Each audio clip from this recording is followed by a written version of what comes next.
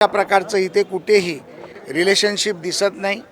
ही hate लवची relationship यांची आहे आणि ही अजून पुढे जाऊन जसा महापालिकेच्या निवडणुका पुढे येतील तेव्हा यामधला बेबनाव अजून तुम्हाला दिसायला लागेल। रोहित पवारने असे आरोप केले का महाराष्ट्र एक नंबरला आहे क्राईम रेटमध्ये।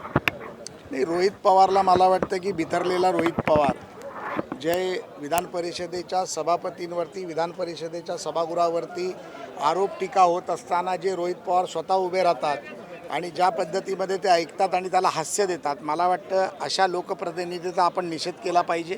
रोहित पवारांना नीतिमत्ता त्यांनी सोडलेली आहे, त्यांना स्वतःच्या पक्षामध्ये स्वतःचं स्थान नाही, अशा रोहित पवारांवरती बोलणं मला वाटतं की योग्य नाही। रोहित पवार असंही बोलतोय की मिठी नदीच्या बाबतीत मी सातत्याने 4 वर्ष पाठपुरावा घेतोय।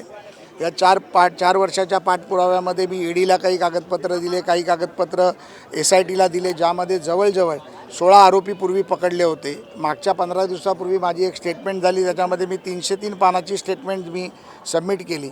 त्यामध्ये आता पुन्हा 2 आरोपी, एक पुरोहित नावाचा आणि एक उपाध्याय नावाचा आरोपी आज सकाळी अटक केली गेली आणि काही आरोपी यामध्ये अटक केले जातील याची मला खात्री आहे। सर, अंजली दमाने यांनी पुन्हा काही पुरावे समोर आणले, त्याच्यावर थेट अजितदादांचं समाविष्ट आहे। मगर नावाचे उपमहापौर आहेत, त्यांच्याकडे हे होते।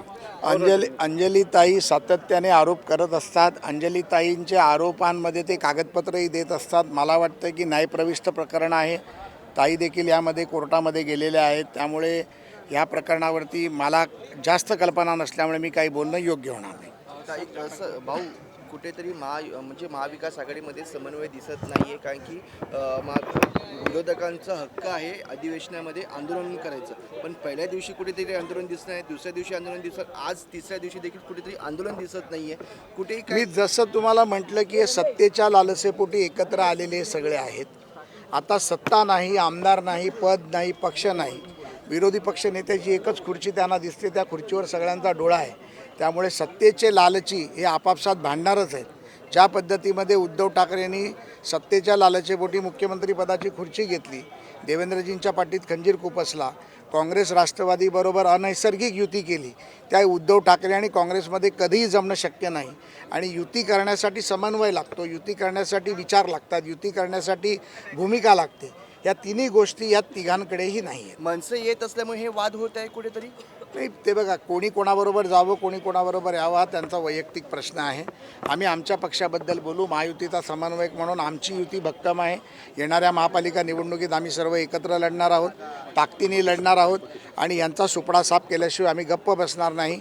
मुंबई महापालिकेवरती तसंच जेवढ्या मोठ्या महापालिका आहेत, ठाणे असेल, कल्याण डोंबिवली असेल, पनवेल असेल, नवी मुंबई असेल, पुणा असेल, पिंपरी चिंचवड असेल, नागपूर असेल, संभाजीनगर असेल, या सर्ववरती महायुतीचाच महापौर बसलेला आपल्याला पाहायला मिळेल। धन्यवाद। विभागाचा एक व्हिडिओ समोर येताना पाहायला मिळतो। दोन्ही दिवस संदीप देशपांडे मंत्री नेते त्यांनी व्हिडिओ समोर आणलेला आहे, यामध्ये पैशांचे बंडल दिसत आहे।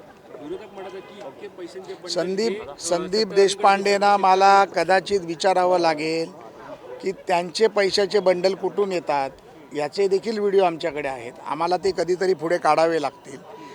आरोप करणं फार सोपे असतं, मॉपिंग करणं फार सोपं असतं, त्याचा सत्यतेचा पुरावा त्यांनी द्यावा आणि त्यानंतर त्यांनी बोलावं। नाही, पण अशा पद्धतीनं संदीप देशपांडेंना आता तुम्ही जे म्हणत आहात की त्यांचे व्हिडिओ, त्यांचे पैसे कुठे येतात ते दाखवावं लागेल, मात्र आता हे अधिकारी आहेत PWD विभागाचे, यांच्यावरती चौकशी होण्याची मागणी तुम्ही करणार आहात? नाही, निश्चितपणे जर कोणी चुकीचं केलं असेल तर त्याची मागणी करणारच, त्याच्यावर चौकशी झालीच पाहिजे, त्याला त्याची शिक्षा मिळालीच पाहिजे। हे देवाभाऊचं सरकार आहे, कुठल्याही चुकीच्या गोष्टीला आम्ही पाठिंबा देणार नाही आणि चुकीला माफी नाही।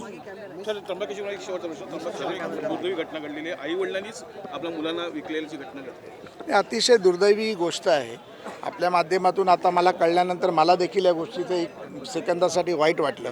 आपल्याच आईवडिलांनी, पालकांनी आपल्या मुलांना विकावं याच्यापेक्षा दुर्दैवी काही असू शकत नाही, परंतु ही गोष्ट त्यांनी का केली याचा देखील आपण शहानिशा विचार करायला पाहिजे आणि त्या माध्यमातून याची चौकशी होऊन जनतेसमोर ते सत्य आणलं पाहिजे। धन्यवाद।